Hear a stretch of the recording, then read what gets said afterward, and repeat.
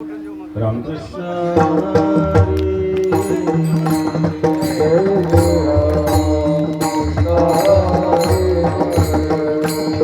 जय जय राम कृष्ण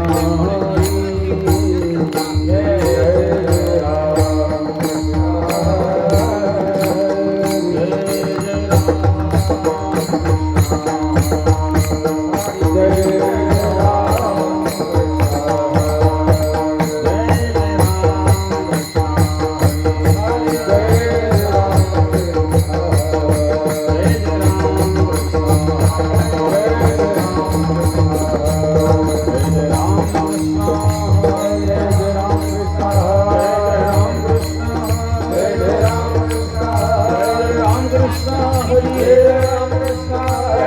राम जय जय राम जय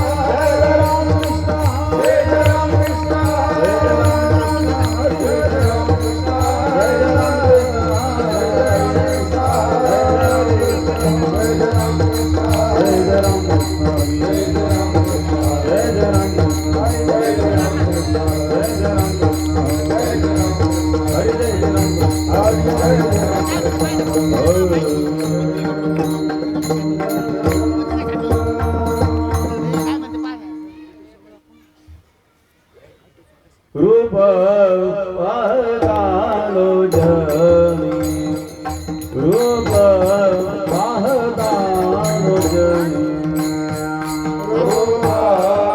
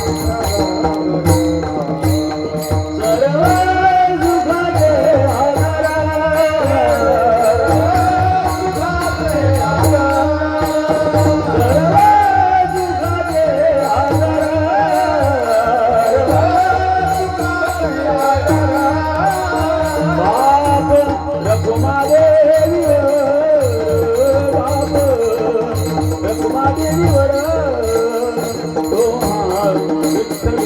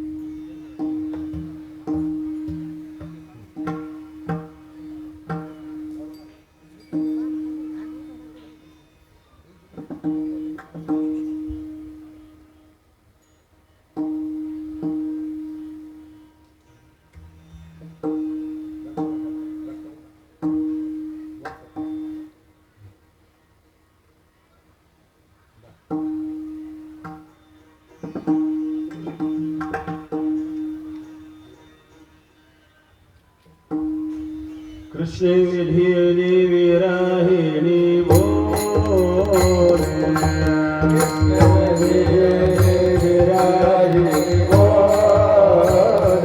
चंद्रमा करितो उबाराग माये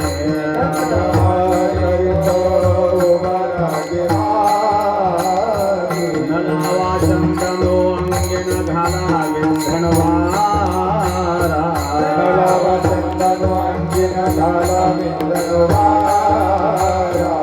हरे वीणा जन्न से दारुगे माये माझे जीविते तुम्ही काहोने माझे जीविते तुम्ही काहोने हरे वीणा जन्न से दारुगे माये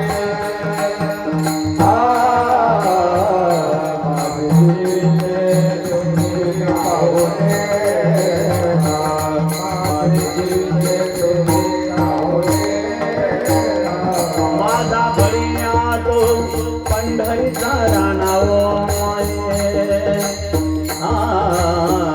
माझे जीविते तुम्ही काहोने माझे जीविते तुम्ही काहोने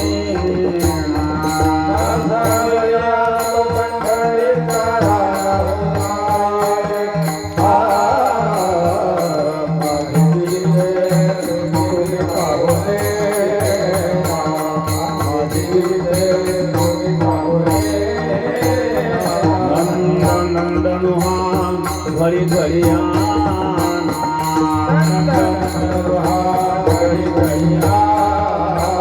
कया विना न वाचती प्राणो माये माझे जीविते तुम्ही काहोने माझे जीविते तुम्ही काहोने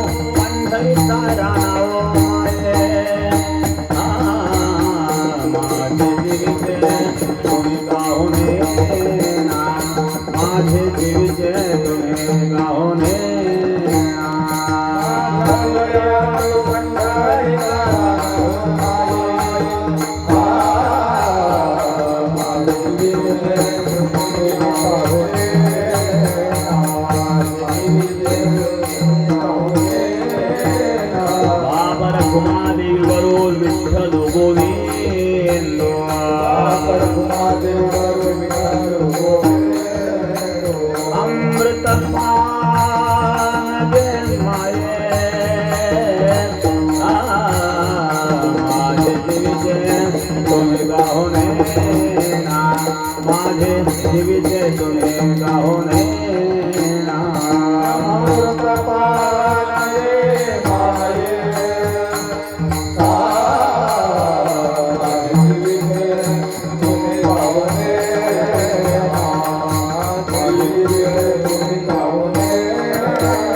माझा बलिया तो पंढरी तारा नाव माये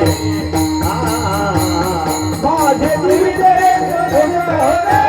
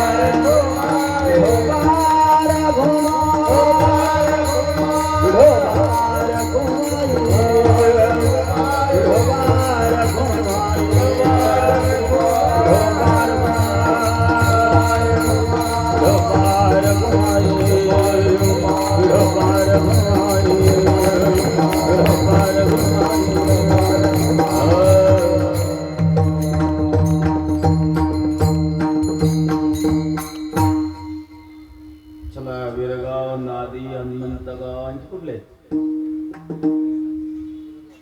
शिरसगाव चला गायनाचार्य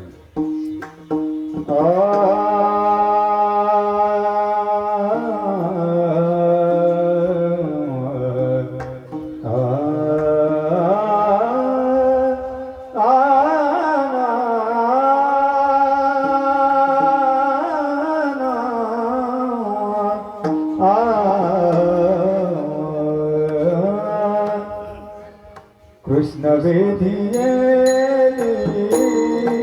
विरहिणी बोले कृष्ण वेधिये विरहिणी बोले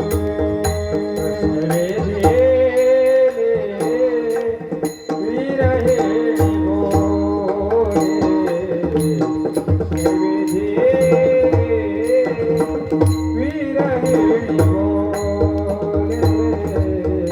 चंद्रमा करी तो उबरा चंद्रमा करी तो उबरा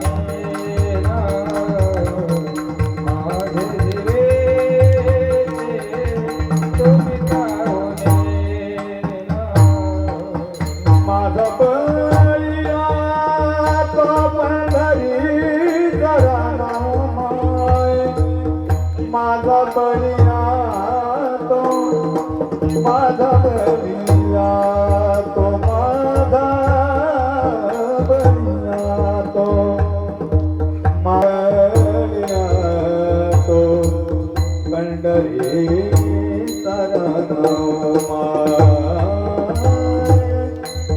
माझा बळिया तो माझा माझा बळिया तो माझा बळिया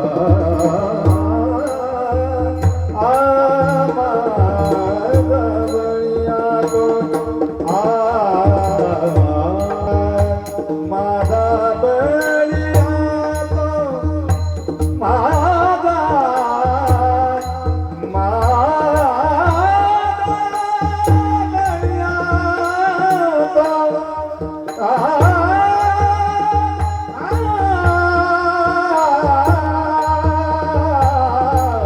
माझा बळिया तो पंढरीचा राणा ओ माय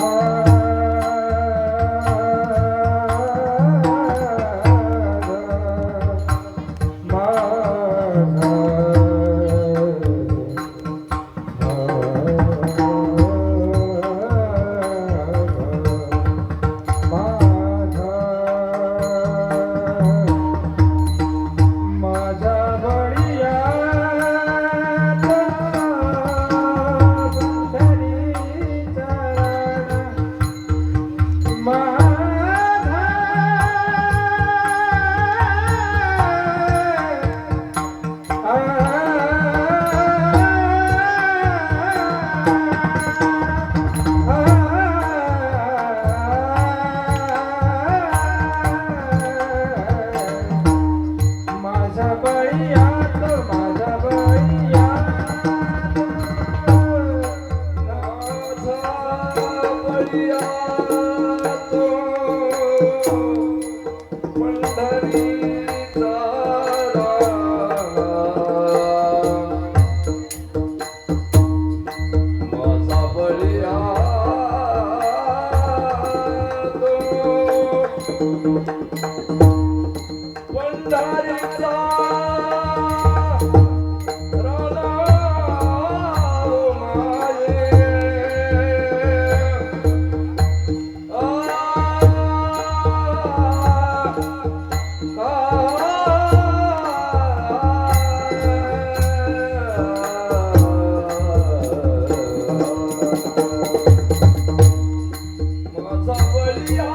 माझा बळिया तो पंढरीचा राणा ओ माय माझे जीवे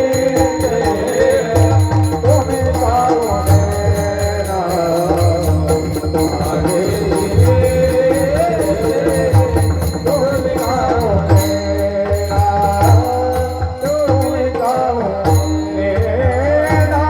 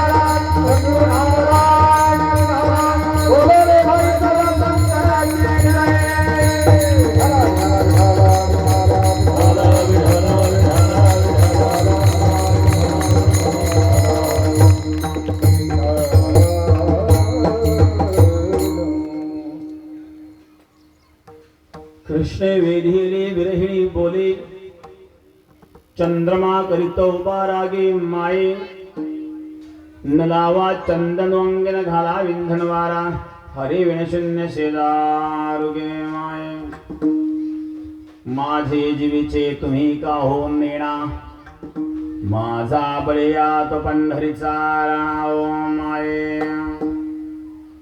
नंद नंदन हा घडी घडी आना तया वेळ न वाचते प्राणा ओ माये माझे जीवीचे तुम्ही का हो नेणा माझा बळयात पंढरीचा राणा ओ माये बाप रखुमा देवी वरु विठ्ठलू गोविंद अमृतपान गे माये माझे जीवीचे तुम्ही का हो नेणा माझा बळीयाद पंढरीचा राणा पांडुरंगा गरुडधाम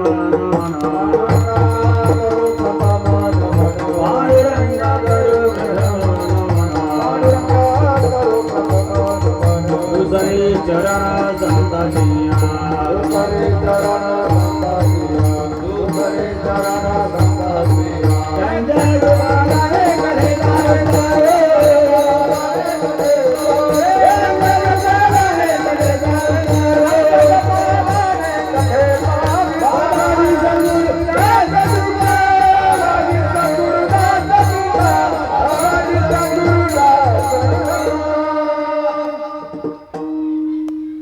समचरण सरोजन सांद्रिलाम्बुदाभं जगदनहित पाणि मंडनं तरुण तुलसी माला गंधरं कुञ्जनेत्रं सदैव धवलहासं विठ्ठलं चिन्तयामि ओम नमो ज्ञानेश्वराय ओम नमो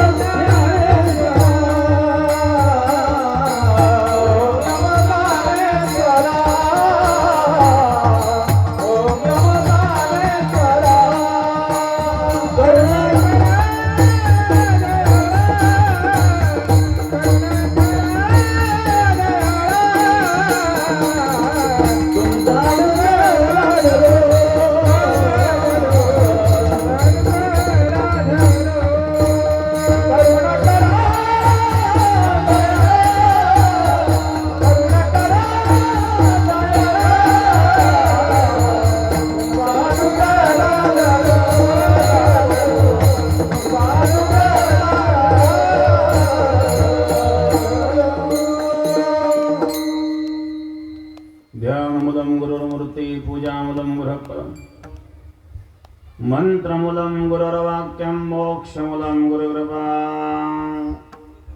गंगा विशुद्धं नितपादस्पर्शं सरोवेशितं बिम्बितं पुण्यस्थानं कराले स्थितं त्वं समाधिस्थमूर्तिं नमामि गंगागिरियोगिरं शुचिः शीलः समदक्षः सप्रतापि जितेन्द्रियं तम नारायण गिरिं वंदे सच्चिदानंद विग्रह सद्गुरु महाराज गंगागिरी महाराजांच्या कृपेने सद्गुरु श्री नारायणगिरी महाराजांच्या आशीर्वादाने परम श्रद्धेय वैकुंठवासी विश्वनाथ महाराज पाटील बाबा त्यांच्या पुण्यतिथीच्या निमित्ताने 36वी पुण्यतिथी आहे. सप्ताचं वर्ष 36वा आहे. आपण हा सप्ताह श्रावणमध्येच करीत होतो. श्रावण मध्यामध्ये आपला हा सप्ताह असायचा, परंतु यावेळेला आपण पुण्यतिथीच्या या निमित्ताने पुण्यतिथीवर ही वेळ घेतलेली आहे. तर परम श्रद्धेय हरिभक्तीपरायण वैकुंठवासी विश्वनाथ महाराज यांना सर्व पाटील बाबा म्हणायचे. आपल्या गावचेच ते भूमिपुत्र होते आणि जोग महाराज संस्थांमध्ये बराच काळ ते राहिले. त्यांनी जी सेवा त्या ठिकाणी संस्थांमध्ये केली, वारकरी संप्रदायाची सेवा. वारकरी संप्रदाय जे वारकरी संप्रदायामध्ये संत होऊन गेलेत, मौली ज्ञानोबारायांपासून तुकोबारायांपर्यंत, निळोबारायांपर्यंत, अतिशय शुद्ध असा परमार्थ त्यांनी केला आणि शुद्ध परमार्थ समाजाला दिला. महाराष्ट्रावर वारकरी संप्रदायाचे फार मोठे उपकार आहेत. आणि वारकरी संप्रदायामध्ये सद्गुरू गंगागिरी महाराजांचे फार मोठं योगदान आहे. स्वानंद सुख निवासी सद्गुरू जोग महाराजांना सुद्धा परमार्थाला लावणारे गंगागिरी महाराज आहेत. तुकाराम बाबा खेडलेकर त्यांना सुद्धा गंगागिरी महाराजांनीच प्रेरणा दिली. गंगागिरी महाराजांनीच खेडलेकर तुकाराम बाबांनाही परमार्थाला लावलेला आहे. आणि अनेक सिद्ध महापुरुषांशी संबंध गंगागिरी महाराजांचे होते. व्यसनाधीन लोकांना व्यसनापासून मुक्त करण्याचं महत्वाचं कार्य सद्गुरू गंगागिरी महाराजांनी केलं. आणि तमाशाच्या बळावर गंगेच्या तीराला, गोदावरीच्या तीराला सर्व लोक बहुतेक तमाशाचे जास्त शौकीन होते. तमाशा करायचा आणि मारुतीच्या डोक्यावर ढोल टाकून ठेवायचा. एकदा सद्गुरू गंगागिरी महाराज लासूर स्टेशन आहे, लासूरला देवीचं मंदिर आहे. देवीची यात्रा होती आणि त्या ठिकाणी गंगागिरी महाराज दर्शनाकरता गेलेले होते. आणि तिथे एक माधवनाथ महाराज म्हणून होते. माधवनाथ महाराज त्यांची इंदोरला समाधी आहे. सिद्ध महात्मा होते. दोघांची भेट झाली तिथं. त्या ठिकाणी देवीच्या मंदिरामध्ये या दोघांची भेट झाली, दोघांचा परिचय झाला. त्या ठिकाणी अनेक तमाशाचे फळ आलेले होते आणि दोघांनी खंत व्यक्त केली की समाज हा कोणत्या मार्गाला चाललाय, कसा वाहवत चाललेला आहे, याकरता आपण काहीतरी केलं पाहिजे. माधवनाथ महाराज हे एकांतात राहायचे. गंगागिरी महाराजांनी त्यांना एकांतातून बाहेर काढलं. इथून पुढे एकांतात राहण्याऐवजी लोकांतात येऊन समाजाला मार्गदर्शन करणं हे महत्वाचं आहे. एकांतामध्ये तर स्वतःचं आत्मकल्याण साधू करू शकतो. संतांचं जीवन हे जगताच्या कल्याणाकरता असतं. जगाच्या कल्याणा संतांच्या विभूती, देह कष्टविती परोपकारे. म्हणून एकांतात राहण्यापेक्षा लोकांतात येऊन परमार्थ करावा असा उपदेश गंगागिरी महाराजांनी माधवनाथ महाराजांना केला. योगी होते ते. गंगागिरी महाराज देखील योगी होते. आणि दोघांनी भजन चालू केलं देवी दाक्षिणीच्या मंदिरामध्ये. गायन भजन म्हणण्याकरता गंगागिरी महाराज आणि माधवनाथ महाराज हे उत्कृष्ट मृदंग वादक होते. माधवनाथ महाराजांनी मृदंग वाजवायला सुरुवात केली. गंगागिरी महाराजांनी भजन सुरू केलं. गंगागिरी महाराजांचा एक पहाडी आवाज होता. त्या ठिकाणी तमाशाचे फळ चालू होते तर सर्व तमाशाचे लोक तमाशा सोडून भजनात येऊन बसले. हा लासूर स्टेशनला घडलेला प्रसंग आहे. माधवनाथ महाराजांच्या चरित्र ग्रंथामध्ये याचा उल्लेख आलेला आहे. इंदोरला त्यांची समाधी आहे. त्यांचा काही भक्तवर्ग इकडे औरंगाबाद भागामध्ये आहे. तशी त्यांची जन्मभूमी नाशिक जिल्ह्यातली होती. तर अशा प्रकारे अनेक सिद्धांचा संबंध गंगागिरी महाराजांशी आलेला आहे. आणि वारकरी संप्रदायाचा परमार्थ गंगागिरी महाराजांनी केला. जरी संन्यासी परंपरा होती तरी पंढरीची वारी, आळंदीची वारी, त्र्यंबकेश्वर, पैठण आणि पुणतांबेची वारी गंगागिरी महाराज करायचे. तर अशा प्रकारे आणि अतिशय शुद्ध निर्मळ असणारा वारकरी संप्रदायाचा परमार्थ सद्गुरू गंगागिरी महाराजांनी केला. आणि 200 वर्षापासून ही परंपरा चालू आहे. यावर्षी आपला 174वा अखंड हरिनाम सप्ताह बेटामध्ये पार पडला. या कोविडच्या संकटामुळे छोट्या स्वरूपामध्ये आपल्याला हा सप्ताह करावा लागला, परंतु सुंदर अशा प्रकारे सप्ताह पार पडला. आपण सर्वांनी सहकार्य केलं विरगावकरांनी सहकार्य केलं. विरगावकरांनाही धन्यवाद. 7 दिवस, किती दिवस, 7 दिवस झाले का? सप्ताह 2 वेळ कीर्तन.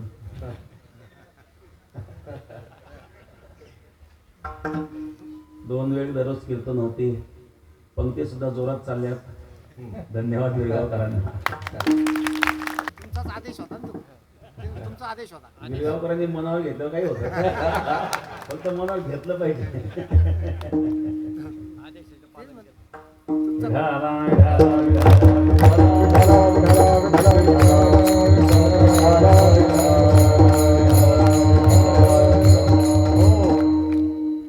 काल्याचा प्रसंग आहे. वारकरी संप्रदायामध्ये काल्याला विशेष महत्व आहे. जे कथाकार म्हणजे भागवत कथा करतात ते गोवर्धन लीलेला विशेष महत्व देतात. पण वारकरी संप्रदायात मात्र काल्याला महत्व आहे. कारण गोवर्धन लीलेमध्ये 56 भोग तयार केले आणि एकट्या भगवंतानेच खाऊन टाकले. असा खादाळ भगवान वारकऱ्याला मान्य नाही बरं का. मग भानुदास किती गात प्रसाद देतो पंढरीनाथ. प्रसाद वाटणारा एकट्याने खायचं नाही, काला एकमेकाला वाटायचा असतो. काला वाटो एकमेका वैष्णवनिका संभ्रम. आणि म्हणून काल्याला विशेष महत्व दिलं. हा प्रसाद सर्वांना वाटून खायचा असतो, स्वतःही उपभोग घ्यायचा असतो आणि इतरांनाही द्यायचा असतो.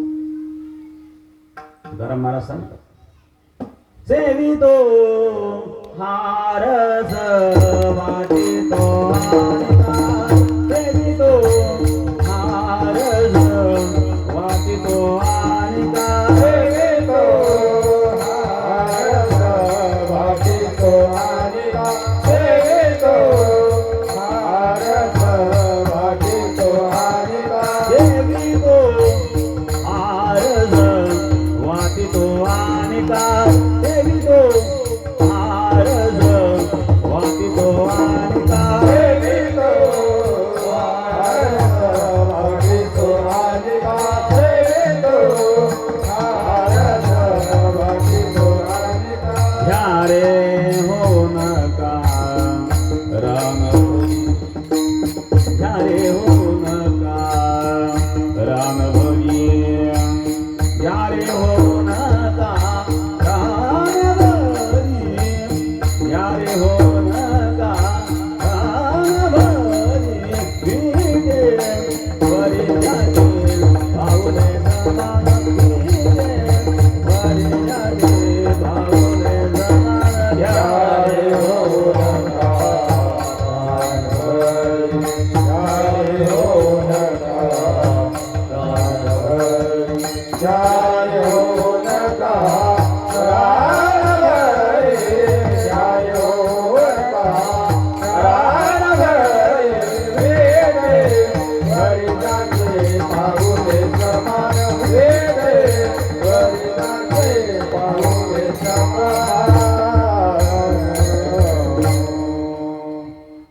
सेवितो हा रस वाटेतो आणि का घ्यारे हो नका रानभरी. रस म्हणजे आनंद. हा भक्ती रसाचा आनंद आहे. सेवितो आणि वाटेतो दोन्ही गोष्टी या ठिकाणी येतात. म्हणून काला वाटो एकमेका वैष्णवानिका संगम. काल्याचा प्रसंग आहे. काला म्हटल्यानंतर कृष्ण चरित्राचं वर्णन केलं जातं. एते चांसकला भूस कृष्णस्त भगवान स्वयं. गर्ग संहितेमध्ये भगवंताच्या अवताराचे 6 प्रकार सांगितले. अंश, अंशांश, कला, आवेश, पूर्ण आणि परिपूर्णतम. त्यामध्ये परिपूर्ण साक्षात तेन कृष्ण प्रकटिता. हा कृष्ण अवतार हा परिपूर्णतम अवतार आहे. अशा प्रकारे असणारा परिपूर्णतम भगवान परमात्मा गोकुळात प्रगट झाला. गोकुल. गो म्हणजे इंद्रिय, कुल म्हणजे समूह. या इंद्रियांचा समूह म्हणजे नरदेह रूपी गोकुळामध्ये आपल्याला भगवंताला प्रगट करवायचा आहे. त्याकरता आनंद यशोदेची आवश्यकता आहे. नंद येते सर्वजनानां सनंदा. जो सर्वांना आनंद देतो तो नंद, जो दुसऱ्याला आनंद देतो त्याच्या घरी भगवान येतात, आणि जो दुसऱ्याच्या सुखाचा नाश करतो भगवान त्याचा नाश करतात ना. म्हणून भगवंतानी कंसाचा नाश केला. कम सुकम सती किती कंस. कम म्हणजे सुख, स म्हणजे छेद करणे, दुसऱ्याच्या सुखाचा छेद करतो, दुसऱ्याच्या सुखाचा नाश करतो तो कंस. म्हणून दुसऱ्याच्या सुखाचा कधी नाश करू नये. काही लोकांना दुसऱ्याचं सुख पावतच नाही. एखाद्याने बंगला बांधला ना, याला सहनच होत नाही. एखाद्याची गाय जर चांगलं दूध द्यायला लागले, याने उडवलंच दूध. एखाद्या ठिकाणी स्वयंपाक चालू असेल, जर काही डोकावून पाहिलं तर किती जाळ लावा, डाळ शिजायचीच नाही. असे काही प्रवृत्ती असते. हीच तर कंसाची प्रवृत्ती होते. दुसऱ्याच्या सुखाचा नाश आहे म्हणून कंसाचा नाश भगवंताने केला. नंद यशोदेच्या घरी भगवान प्रगट झाला. यशोदा यशम ददात येते. यशोदा यश प्रदान करणारी वृत्ती म्हणजे यशोदा. आणि नंद यशोदेच्या घरी गोकुळात गोपिकांच्या समवेत भगवान परमात्मा क्रीडा करतात. गोपी गोभी इंद्रियैहि भक्तिरसम पिबती स गोपी. गो म्हणजे इंद्रिय, पी म्हणजे पिणे. प्रत्येक इंद्रियाद्वारे भक्तिरसाचं पान करणारी अंतःकरणाची वृत्ती म्हणजे गोपी आहे. डोळ्याने डोळे तुम्ही ह्या रे सुख पहा विठोबाचे, तुम्ही ऐका रे कान माझ्या विठोबाचे गुण. मनात येथे धाव घेई राहे विठोबाचे पायी. डोळ्याने पाहायचं असेल तर त्या परमात्म्यालाच पाहावं, त्या परमात्म्याचं दर्शन घ्या. डोळे भरून या पाहिन तुझे मुख, डोळे भरून या पाहिन तुझे मुख, डोळे भरून या पाहिन तुझे मुख, हे जीवन सुख देई देवा,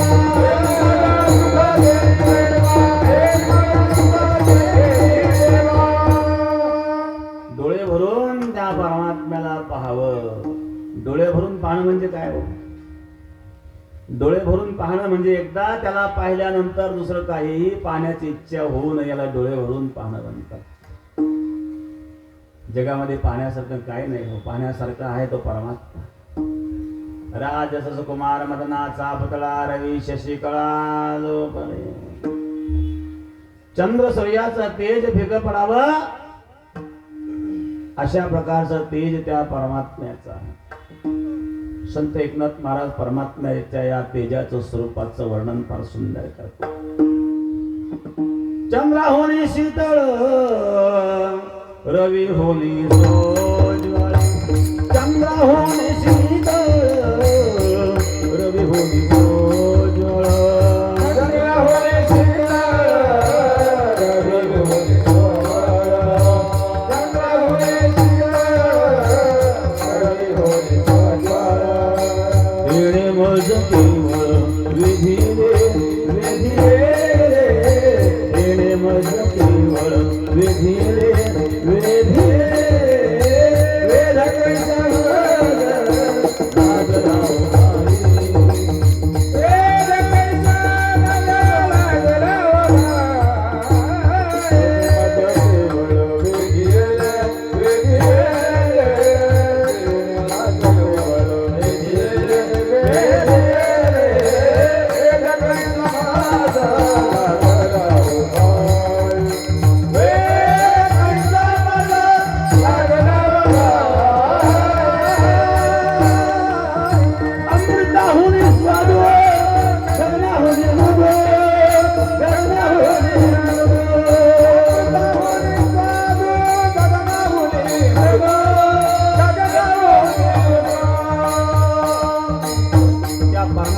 स्वरूपाच्या दर्शनाचा आनंद.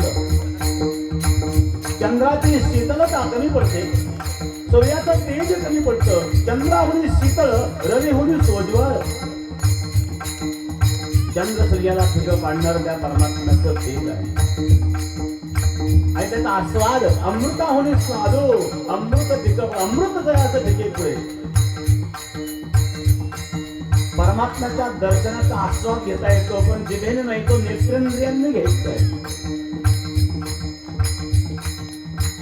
अमृतापेक्षा स्वादू आहे आणि त्याचा स्पर्श गगनापेक्षा मृदू आहे. आकाशाची मृदुता कमी पडेल असा तो मृदू आहे. अमृताहुनी स्वाद गगनाहुनी मृदू, गगनाहुनी मृदू, अमृताहुनी स्वाद गगनाहुनी मृदू, गगनाहुनी मृदू. प्रेम प्रेम आनंद देखना भावे, आनंद देखना भावे.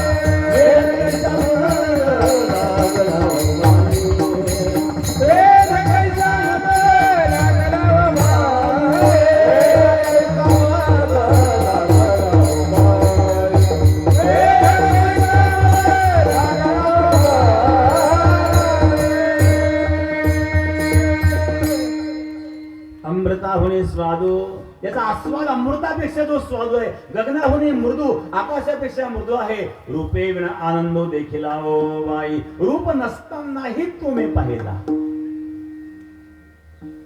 जिथे रूप रंग नाही परंतु तो सुंदर रूप धारण करतो.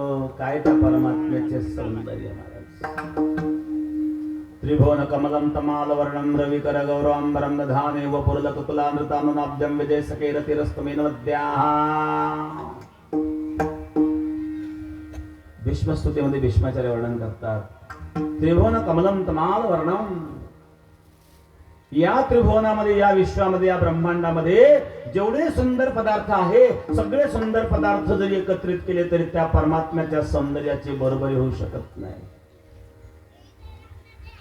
त्याची सुंदरता आहेत महाराज. तुझे निरळे कोटी चंद्र प्रकाश कमल नयन हास्य वदन हासे. कमल नयन हास्य वदन. काही लोकांना हास्य माहितीच नाही, कायम चेहऱ्यावर आल्याच. काही लोक तर हसायचे क्लास लावतात. काय दुर्दैवाची गोष्ट आहे. मनुष्य म्हणजे रोबोट बनलाय. फोटोग्राफर थोडं स्माईल, हा बळच हसतो. फोटो असा निघतो, रडला असतात, बरा दिसला असता. पण त्या परमात्म्याचा हास. तुझे निधई कोटी चंद्र प्रकाश कमल नयन हास्य वदन हासे. हास्य वदन हे त्या परमात्म्याचं माधुर्य आहे महाराज.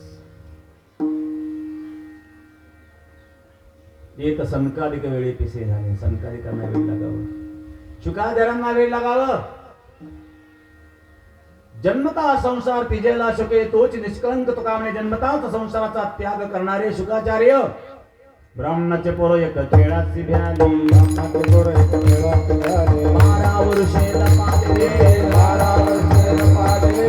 आपत तापत बाहेरी आली, आपत तापत बाहेरी आली. नागेची पळून गेले रे, पळून गेले रे. ऐक खेळ्या तुझ्या संगते, ऐक गाणी खेळ खेळ रे.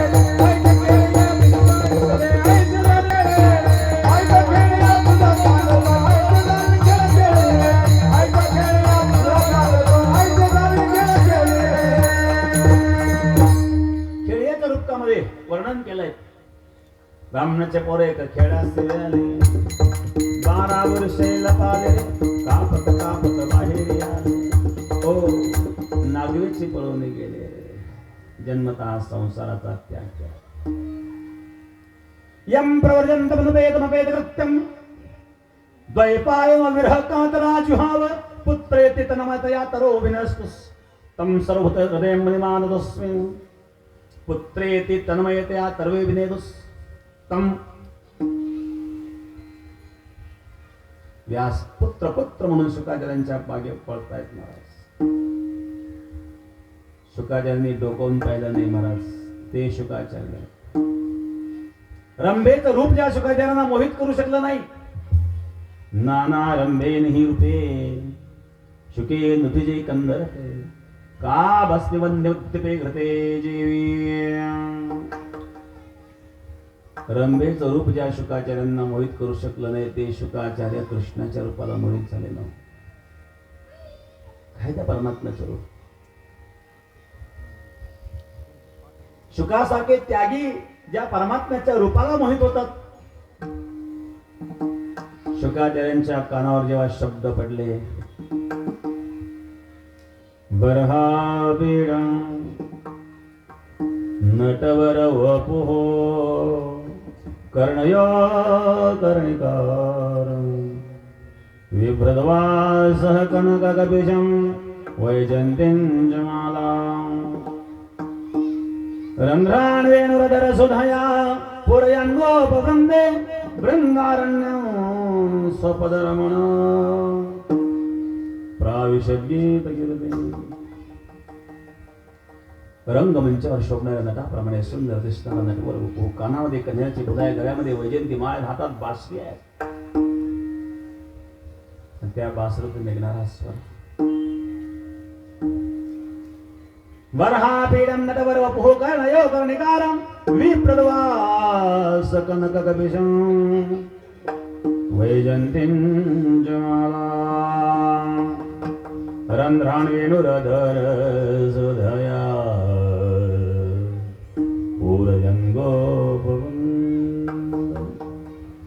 बृन्दारण्यं स्वपदरमणं प्राविशद्गीतकीर्तिः बृन्दारण्यं स्वपदरमणं प्राविशद्गीतकीर्तिः. असा असणारा नटवर वपू, कानामध्ये कन्याच्या फुल्या, गळ्यामध्ये वैजयंती माळ, हातात बासरी. त्या बासरीच्या छिद्रातून अधरामृत येत आहे. हवा नाही फुंकते. अधरामृत धरती ती धरा हा धराया अमृतम न भवती ते अधरामृतम. धरा म्हणजे पृथ्वी. या पृथ्वीवर जे अमृत नाही आहे, पृथ्वीच्या पलीकडचं आहे ते अधरामृत त्या वेणूच्या छिद्रात होतीत आहे. आणि त्यातून निघणारा स्वर, काय त्या स्वराचं वर्णन, काय त्या स्वराचं माधुर्य. तुझ्या मुरलेचे ध्वनी कल्पित पडली गाणी, विव्हळ झाले अंतकरणी, मी घरधंदा विसरले. आहार सावरिया वाजवली मुरली, आहार सावरिया वाजवली मुरली, आहार सावरिया वाजवली मुरली,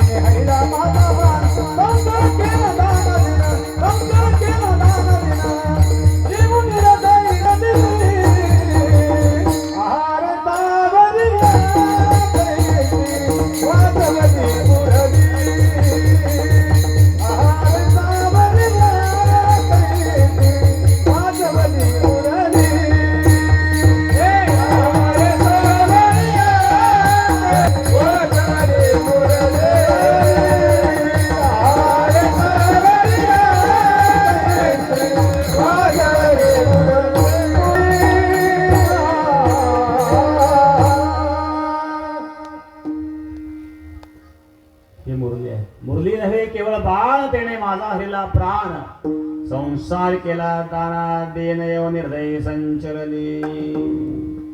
त्या मुरलीचा स्वर, त्या वेणूचं माधुर्य, त्या परमात्म्याच्या स्वरूपाचं माधुर्य. प्रभू वल्लभाचार्य वर्णन करतात समुद्राष्टकामध्ये. अधरम मधुरम वदनम मधुरम नयनम मधुरम हसितम मधुरम हृदयं मधुरं गमनं मधुरं मधुराधिपते रखिलं मधुरं मधुराधिपते रखिलं मधुरं मधुराधिपते रखिलं मधुरं मधुराधिपते रखिलं मधुरं.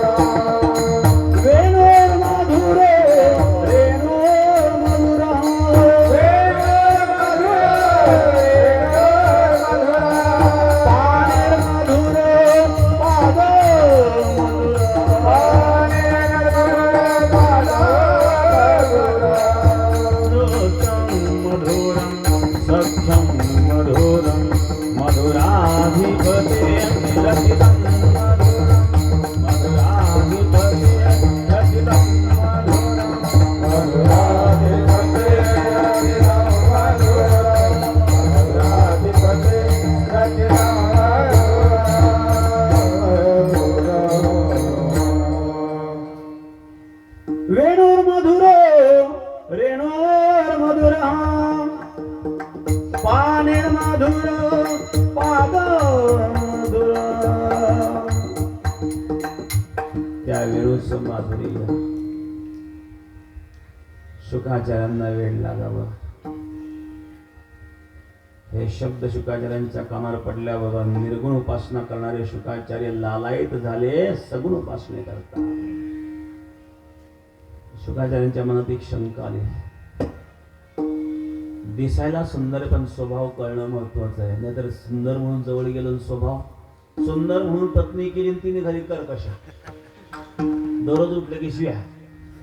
सकाळी उठल्याबरोबर काही लोक शिव्या देण्यामध्ये इतके पटाई आज जरी शिव्या देत राहिले तरी पहिली शिवी पुन्हा येऊ देणार नाही.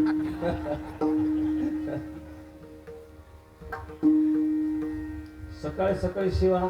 एक दिवस मित्र मुक्कामाला आला ह्याच्या झाल्या शिव्या सुरू. मित्राने विचार दररोज असतं काही फार भाग्यवान आहे. शिव्या पण प्रेमही फार करते. आपल्या शिव्यांमध्ये कुठं प्रेमाचा साक्षात्कार होता. सुंदर म्हणून पत्नी केली पण ती कर्कशी निघाली. स्वभावही कळणं महत्वाचं आहे. शुकाचार्यांना जेव्हा हे कळालं की सुंदरता अशी आहे पण स्वभाव कळावा असा भाव मनामध्ये निर्माण झाल्याच्या नंतर एक श्लोक शुकाचार्यांच्या कानावर पडला. अहो बसनकालकोटं जिघासयां पायदप्यसाद्रि लेभे गतिं धातृचितान्ततान्यं कंवा दयालुं शरणं व्रजेम.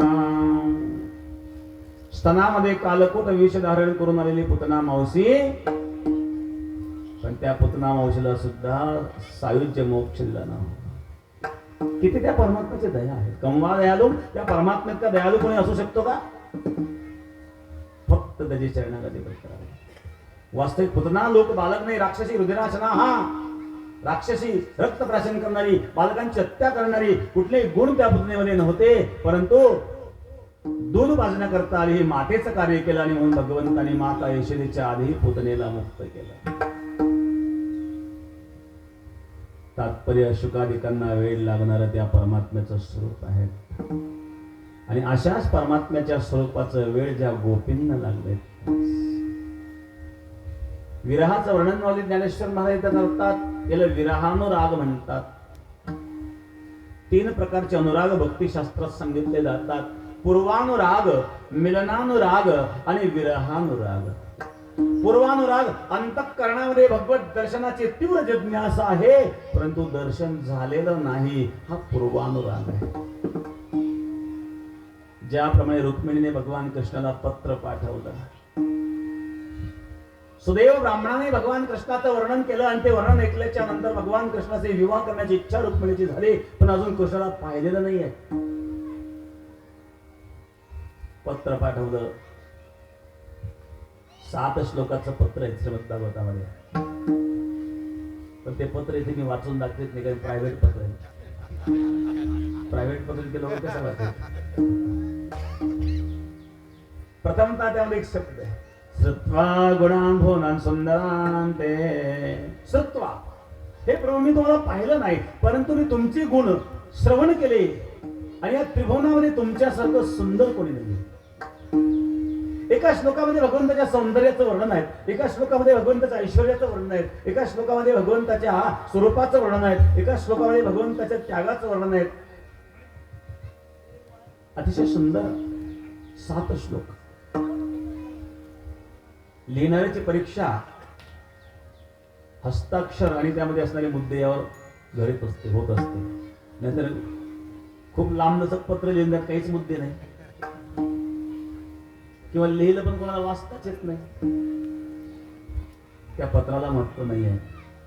रुक्मिणीने भगवंताला पत्र दिलं. मला यातून एक मुद्दा सांगायचा आहे की तिने भगवंताला पाहिलेलं नव्हतं. फक्त भगवंताचे गुणानुवाद श्रवण केले पण इच्छा झाली विवाह करण्याची. याला पूर्वानुराग म्हणतात. भगवत दर्शनाच्या पूर्वीची दर्शनाची इच्छा. काय मी उद्धार पावेण काय कृपा करील नारायण. ऐसे तुम्ही सांगा संत जन करा समाधान चित्त माझे. काही ऐसी दशा येईल माझ्या अंगा चित्त पांडुरंगा झुरत असे. ही अपेक्षा अशा प्रकारे भक्ताची असणारी स्थिती. आणि ज्या वेळेला या पूर्वानुरागाची तीव्रता वाढते, त्यावेळेला भगवान परमात्म्याचं मिलन होत असतं. याला मिलनानुराग म्हणतात. मिलनानुरागामध्ये भगवंताच्या त्या स्वरूपाशी असणार संबंध, विशेषतः वेणुगीत असेल, गोपीगीत असेल. श्रीमद भागवतामध्ये वेणूचा 2 प्रकारचं वर्णन येतं. एक वेणुगीतातील वेणू आणि एक रासलीलेतील वेणू.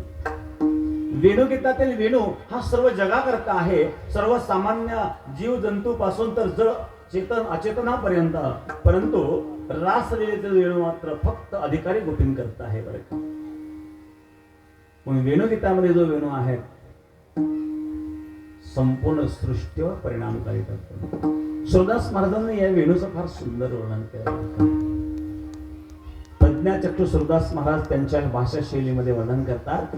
बांसुरी बजाए आज रंग से मुरारी, बजाए आज रंग से मुरारी, बांसुरी बजाए आज रंग से मुरारी, बांसुरी बजाए आज रंग से मुरारी, शिव समाधि भूल गए ऋषि मुनि की नारी, शिव समाधि भूल गए ऋषि मुनि की नारी, वेद पढ़त ब्रह्म बोले बोले ब्रह्मचारी, वेद भरत ब्रह्म बोले बोले ब्रह्मचारी, बांसुरी बजाए आज रंग से मुरारी, बांसुरी बजाए आज रंग से मुरारी, बांसुरी बजाए आज से मुरारी, ब्रह्म सम ताल चुकी भूली नृत्यकारी, ब्रह्म समकाल तुझे भुले नृत्यकारी, ज्याला भगवंतांनी वेणू वाजवला, या वेणूचा स्वर कैलासामध्ये भगवान शिवाच्या कानावर पोहोचला. भगवान शिवाने समाधी सोडून दिली. योगेला समाधी सुखामध्ये जो आनंद मिळतो त्या आनंदापेक्षाही उच्च असा प्रकारचा आनंद त्या वेणूच्या स्वरामध्ये आहे. भगवान शिवाने समाधी सोडून दिली. ब्रह्मदेवाच्या हातातले वेद गळून पडले. रंभा ज्यावेळी नृत्य करीत होती, रंभेच्या कानावर वेणूचा स्वर आला. रंभेला समही कळेना आणि तालही कळेना. रंभा सम ताल चुकी भूली नृत्यकारी, ब्रह्म समकाल तुझे भुले नृत्यकारी, यमुना जल उलटी बह्यो शोभा आज भारी, यमुना जल होती भयो शोभा आज भारी, हे बांसुरी बजाए आज रंग से मुरारी, बांसुरी बजाए रंग से मुरारी, बांसुरी बजाए आज रंग से मुरारी, रंभा समताल चुकी भुली नृत्यकारी, यमुना जल उलटी बह्यो शोभा आज भारी. यमुना उलटी व्हायला लागली. यमुना जर स्थिर स्थिर आहे, रवी मंडळ चालता स्तब्ध होय, शेष करून वराह चुकित राहे. बाळा स्तन जेव विसरली, माता आपल्या बाळांना स्तनपान करवताना विसरल्या. यमुना स्थिर झाली. यमुनेत तरंग निर्माण व्हायला लागले. जणू यमुना आपल्या तरंग रूपी हाताने भगवंताला आलिंगन देऊ इच्छित आहे. यमुनेमध्ये भोवरे निर्माण व्हायला लागले. एक गोपी म्हणली, जसं की यमुनेचा भोवरा नाही, हे यमुनेच्या गालावरची खडी आहे. भगवंताच्या दर्शनाकरता व्याकुळ झालेल्या यमुनेच्या गालावरची खडी म्हणजे तो भोवरा आहे. या वेणूचा स्वर जेव्हा गोवर्धनावर आदळला, गोवर्धनातून झरे व्हायला लागले. एक गोपी म्हणली, कसं की गोवर्धनाचे झरे नाही आहेत, हे गोवर्धनाचे आनंद अश्रू आहे. या वेणूचा स्वर गायीच्या कानावर पडला. गायीच्या स्तनातून दुधाच्या धारा व्हायला लागल्या. गायीच्या स्तनातून वाहणाऱ्या दुग्ध धाऱ्याचा एक प्रवाह यमुनेमध्ये प्रवाहित झाला. यमुनेचे 2 प्रवाह दिसायला लागले. शुभ्र शुभ्र दुग्ध धवल धारा आणि कालिंदी यमुनेची काळी धार. जणू काळा कृष्ण आणि गोरी राधा दोघांचा संगम त्या यमुनेत दिसू लागला. हाय त्या वेणूचा चमत्कार. दुसऱ्या रासलीलेतील वेणू. रासलीलेतील वेणू आहे शरद पौर्णिमेची निर्मल रात्र, चंद्राचा शीतल प्रकाश, कुवळीचा सुगंध, भ्रमराचा गुंजार व यमुनेचा कलर व मंद मंद वाऱ्याच्या झुळकाने त्यामध्ये असणारा तो परमात्मा, त्या परमात्म्याच्या वेणूचा स्वर. त्या वेणूचा स्वर जेव्हा गोपींच्या कानावर जातो, त्या गोपी आपापल्या हातातली कामं सोडून धावतात. चला बाई वृंदावनी रास क्रीडा पाहो, चला बाई वृंदावनी रास क्रीडा पाहो, चला बाई वृंदावनी रास क्रीडा पाहो. नंदाचा बाळ येणे केला नवरा, नंदाचा बाळ येणे केला नवरा. नंदाचा बाळ येणे केला नवरा, नंदाचा बाळ येणे केला नवरा. कल्पनेचे सासुचा बहुत तिचा सुहिता, बहुत तिचा सुहा. कल्पनेची सासू हिला बहुत तिला सुहिता, बहुत तिला. देह भाव ठेवून पायी ब्रह्मपती मागो, भाव ठेवून पायी नागो. चला बाई वृंदावनी रास क्रीडा पाहो, चला बाई वृंदावनी रास क्रीडा पाहो. नंदाचा बाळ येणे केला नवरा, नंदाचा बाळ येणे केला नवरा, नंदाचा बाळ येणे केला नवरा, नंदाचा बाळ येणे केला नवरा.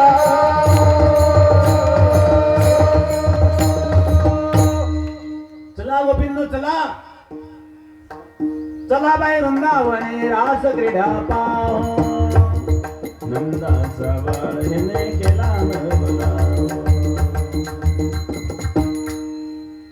आपापल्या हातातली कामं सोडून त्या गोपिका वेणूच्या स्वराच्या दिशेने धावतात आणि त्या गोपींचा भाव पाहून भगवान परमात्मा गोपिकांच्या समवेत रास लीला करतात. रसो वैस इति रास. रास म्हणजे आनंद, परब्रह्माशी असणारी एकरूपता ज्या रासलीलेमध्ये आहेत. विढाला विढाला विढाला.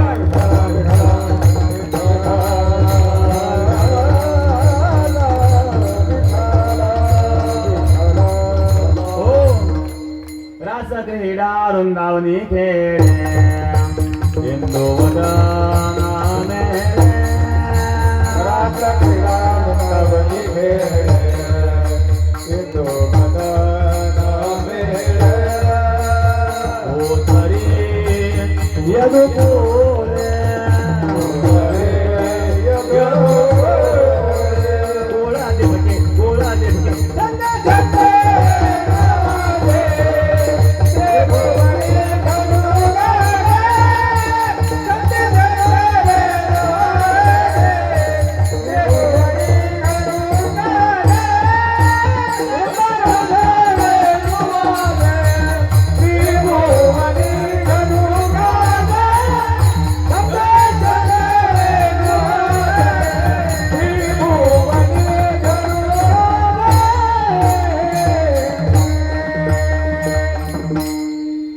होता विळा मना माझे, भेटावया भेटावया छंद छंद वेणूचे. त्रिभुवनी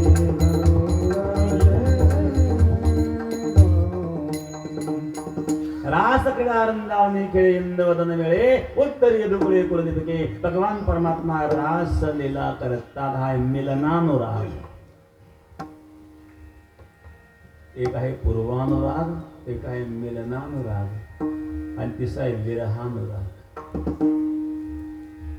त्या गोपींच्या अंतःकरणामध्ये सूक्ष्म अहंकार जागृत झाल्यामुळं परमात्मा अदृश्य झाला.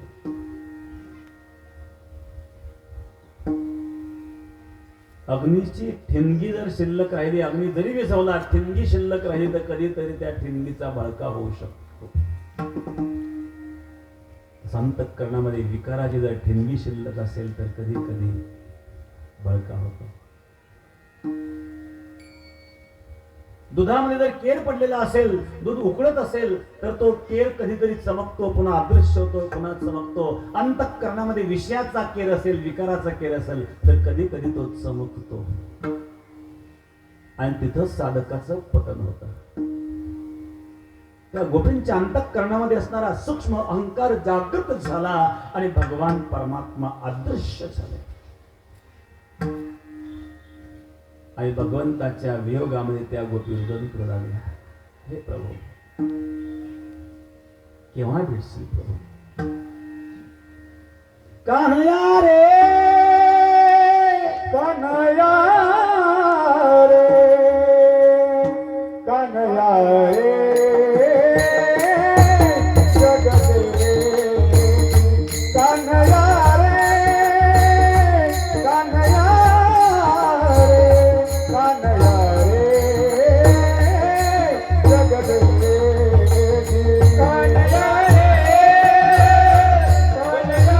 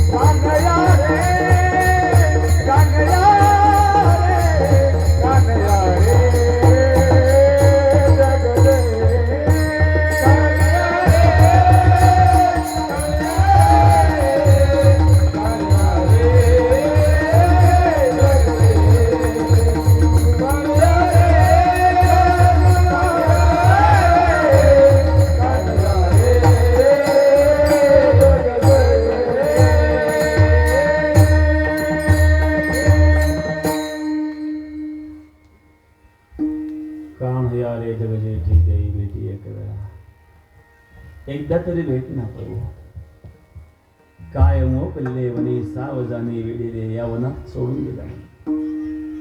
हे अरण्य हे जंगल इथं सावज आहे. हे सावज कोणते काम क्रोध लोभ आदी विकार म्हणजे सावज आहेत. परमात्मा अंतःकरणातून निघून गेल्यानंतर विकार येतात आणि म्हणून त्या गोपी रुदन करतायत. त्या गोपींचं रुदन श्रीमद भागवताच्या दशमस्कंदाच्या 31व्या अध्यायामध्ये शुकाचार्यांनी 19 श्लोकांमध्ये गुंतवलं. गोपी गीत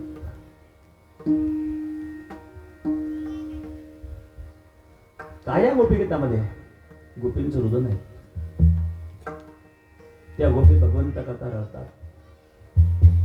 रडायचं असेल तर परमात्मा करता रडावं. संसाराकरता रडून काय मिळणार आहे? आतापर्यंत लोक सगळे संसाराकरता रडत आलेले आहेत. जो संसाराकरता रडतो त्याला संसार धोका देतो. संसाराच्या जवळ धोक्याच्या पलीकडे देण्याकरता काहीच नाहीये. संसार देऊन देऊन काय देणार आहे? तर धोका देणार आहे. आणि मग रडायचं असेल तर त्या परमात्म्याकरता रडावं. त्या गोपी परमात्म्याकरता रडतात आणि त्या म्हणून त्या गोपींचं रडणं हे गीत झालं. गीत जो भगवंताकरता रडतो त्याचं रडणं सुद्धा गीत होतं बरं का. आणि अशा प्रकारे त्या गोपी परमात्म्याची दर्शनाची इच्छा व्यक्त करतात. जयति तेधिकं जन्मना व्रज श्रयते इंदिरा शाश्वत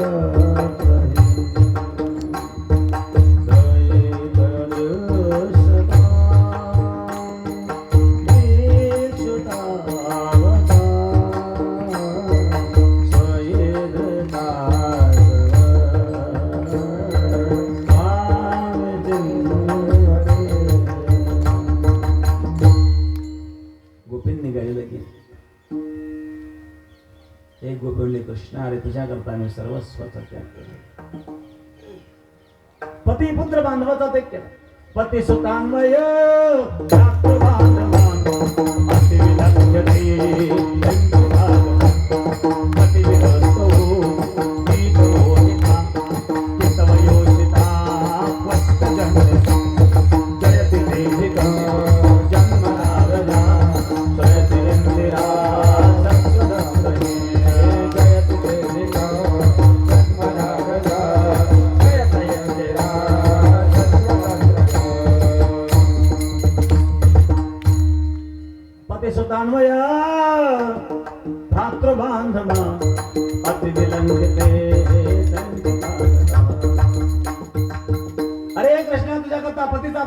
बांधवांचा सर्वस्वाचा त्याग केला. कुठे लपलायस तू? रुदन करतात. एक गोपी म्हणजे कृष्ण असंच जर तुला विरहाचं दुःख द्यायचं होतं तर त्या यमुनेच्या डोहामध्ये ज्यावेळेला कालिया नाग आल्यानंतर विषारी झालेलं पाणी कालिया मर्दन लीला करून त्या विषारी नागापासून आमचं संरक्षण का केलं? ते गोपी म्हणते कृष्णा कालिया नागाच्या विषापेक्षा तुझ्या विरहाचं विष फार भयंकर आहे. एक गोपी म्हणली कृष्णा कदाचित तुला असं वाटेल एवढं जर माझ्यावर प्रेम आहे तर माझ्या वियोगामध्ये तुम्ही प्राण का सोडला नाही. ते गोपी सांगते तुझं कथारूपी अमृत आम्ही प्राशन केलेलं असल्यामुळं आम्ही मरू शकत नाही आणि तुझं विरहाचं विष आम्हाला जगू देत नाही अशी आमची अवस्था झाली. तव कथामृतं तप्त जीवनं कवी विरीडितं कल्मषापहं. तव कथामृतं तप्त जीवनं. त्रिविध तापाने होरपडलेल्या जीवाला अमृत आहे तुझी कथा आणि तुझ्यापेक्षा तुझी कथा श्रेष्ठ आहे बरं का. कारण इच्छा असेल तेव्हा मी तुझी कथा गाऊ शकतो पण इच्छा असेल तेव्हा तू येत नाही. तू फार कपटी आहेस कपटी. ब्रह्मगीतामध्ये वर्णन आहेत ना मधुपकिता बंधो मा स्पृशांग्रस पत्न्या कोच विलिलित माला कुंकुमाश्मश्वेर्म वह तुमदे पतस्त्वं मानिनीनां प्रसादं. ब्रह्मगीत. एक गोपी त्या भ्रमराकडे पाहते रे भ्रमरा तू काय गिरट्या घालतोयस त्या काळ्या कृष्णासारखा तू काळा आहेस. त्या बोधोरीतील गोपी ज्या वेळेला कृष्णाला आलिंगन देतात त्यांचं कुंकू त्या हाराला लागलेलं आहे ते कुंकू तुझ्या पायाला लागले तू तिथून आलेला आहेस. कपटी कृष्णासारखा तू कपटी आहेस. अरे कृष्ण हा तुझा स्वभाव आहे लळा लावतो आणि अदृश्य होतो पण मी ओळखते तुला चांगलं. कोण आहेस तू? न खलु गोपिका नंदनो भवान अखिल देहनाम अंतरात्मक विखन सारथिको विश्वभूतयो सख उदेवान सात्वतांतुले. ओ अरे कृष्णा तू नंद यशोदेचा नाहीयेस. नंद यशोदेची एकही गुण तुझ्यात नाही. आई बाबाचे काही गुण पोरात आले पाहिजे ना. नंद यशोदे भोळ्या आहेत बरं का. तू फार कपटी आहेस. मग कोण आहेस तू? नखलु गोपिका नंदनो भवन अखिल देहिनाम अंतरात्म. प्रत्येकाच्या देहामध्ये असणारा अंतरात्म तू आहेस. मग आमच्या अंतरंगामधल्या वेदना तू जाणत नाहीस का कृष्णा? का प्रगट होत नाही? अशा प्रकारे त्या गोपी रुरुदु सुस्वरम रागन कृष्ण दर्शन लालसा याला म्हणून विरहानुराग. अशीच कोणी विरहिणी भगवत दर्शनाकरता व्याकुळ झालेली प्रातःकाळी उठावं स्नान करावं फुलाची शय्या सजवावी आज कृष्ण येईल. संध्याकाळपर्यंत वाट पाहिजे नाही आला कृष्ण हताश झाले. पुन्हा दुसऱ्या दिवशी उठावं पुन्हा शय्या सजवावी पुन्हा वाट पाहावं. तिसरा दिवस झाला पुन्हा शय्या सजवावी पुन्हा वाट पाहावं. कृष्ण येत नाही आहेत. भगवंताच्या वियोगाने रडायला लागली ती गोपी. कृष्णाच्या विरह रूपी तापाने तापली ती. तिच्या भोवती अनेक गोपी गोळा झाल्या आणि कोणीतरी वारं घालू लागलं कोणी चंदन लावू लागलं. एक गोपी म्हणली हिला चंदन लावा ताप कमी होईल. कोणी म्हणलं वारं घाला ताप कमी होईल. कोणी म्हणलं चंद्राच्या शीतल प्रकाशामध्ये हिला घेऊन चला ताप कमी होईल. त्या गोपींनी सांगितलं ग गोपींना तुम्हाला कळत कसं नाही? चंद्राचा शीतल प्रकाश मला उभारा करू लागलेला आहे. मला कोणी वारं घालू नका कोणी चंदन लावू नका. प्रथम चरणामध्ये कृष्णे विधिली विरहिणी बोले. कृष्णे विरहिणी बोले. चंद्रमा करीतो उभा राहिला. चंद्रमा करीतो उभा राहिला.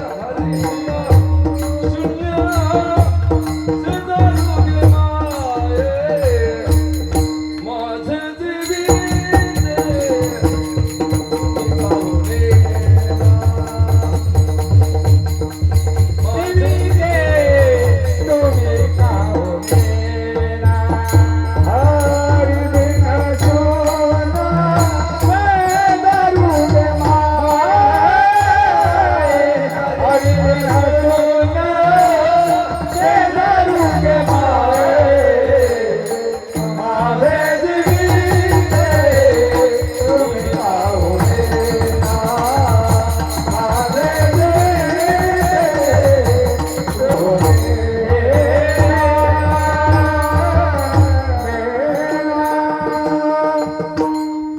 रब्बार घुमाई रब्बार घुमाई